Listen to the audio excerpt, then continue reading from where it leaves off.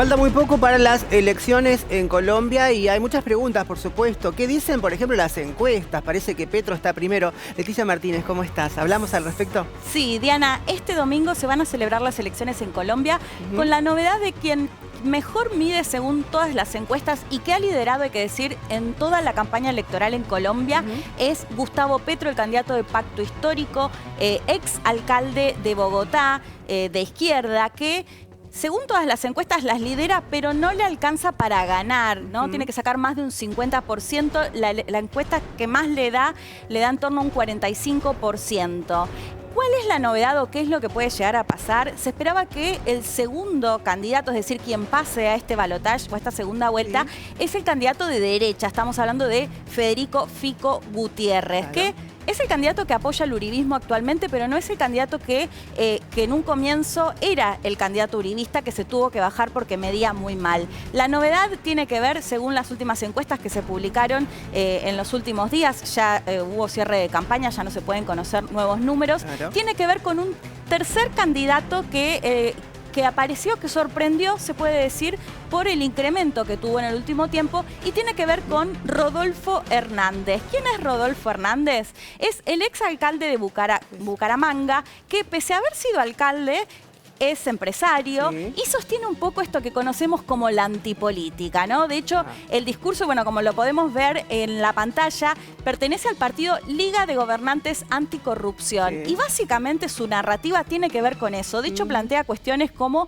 que va a guardar las imágenes de los legisladores que lo vayan a chantajear, así lo dijo, para darlo a conocer en los medios de comunicación, una especie de escrache, si se quiere. Pero bueno, básicamente su discurso tiene que ver con combatir la corrupción y un discurso de antipolítica, pese a ser él mismo un político, sí, ¿no? te iba a decir, porque son componentes que van resurgiendo, no es de ahora igualmente, a nivel global sucede esto, pero aparecen estos discursos, pero lo llamativo, lo paradójico que se dicen antipolítico, pero hacen política, o sea, exactamente. ¿Cómo se entiende? Pero bueno, la política tiene estas cosas. Pero sí logra canalizar justamente este discurso, porque recordemos que en Colombia viene de un estallido social, viene una imagen muy encaída del actual presidente Iván Duque, que responde a esto que se conoce como el uribismo por el ex mandatario Álvaro Uribe. Y en ese contexto es interesante, de hecho, cómo va a votar o se espera que vote la juventud, justamente, que fue gran parte o la protagonista, si se quiere, de este estallido social. Una parte se espera que vote mayoritariamente a Gustavo Petro, el candidato de izquierda,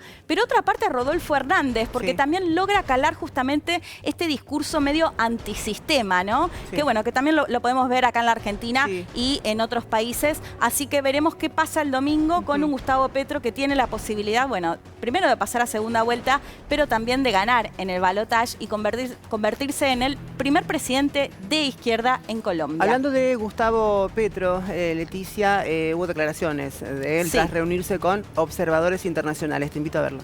Lo escuchamos. Tenemos un gran problema en estas elecciones, y es que no ha sido permitida la auditoría interna, técnica ni externa al software con que en realidad se cuentan los resultados de las más de 120.000 mesas que hay en Colombia.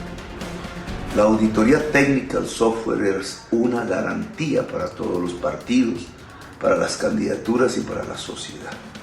El hecho de que hayan rechazado y a través de tácticas dilatorias se haya impedido la auditoría técnica, mirar los algoritmos, el código fuente del software de preconteo y conteo en los escrutinios que hace la empresa privada Thomas & Greg, y que lo hace desde hace 20 años, cuando ya la justicia colombiana en su máxima instancia determinó que ese software era débil y manipulable, pues nos genera muchas dudas sobre lo que va a pasar el día domingo.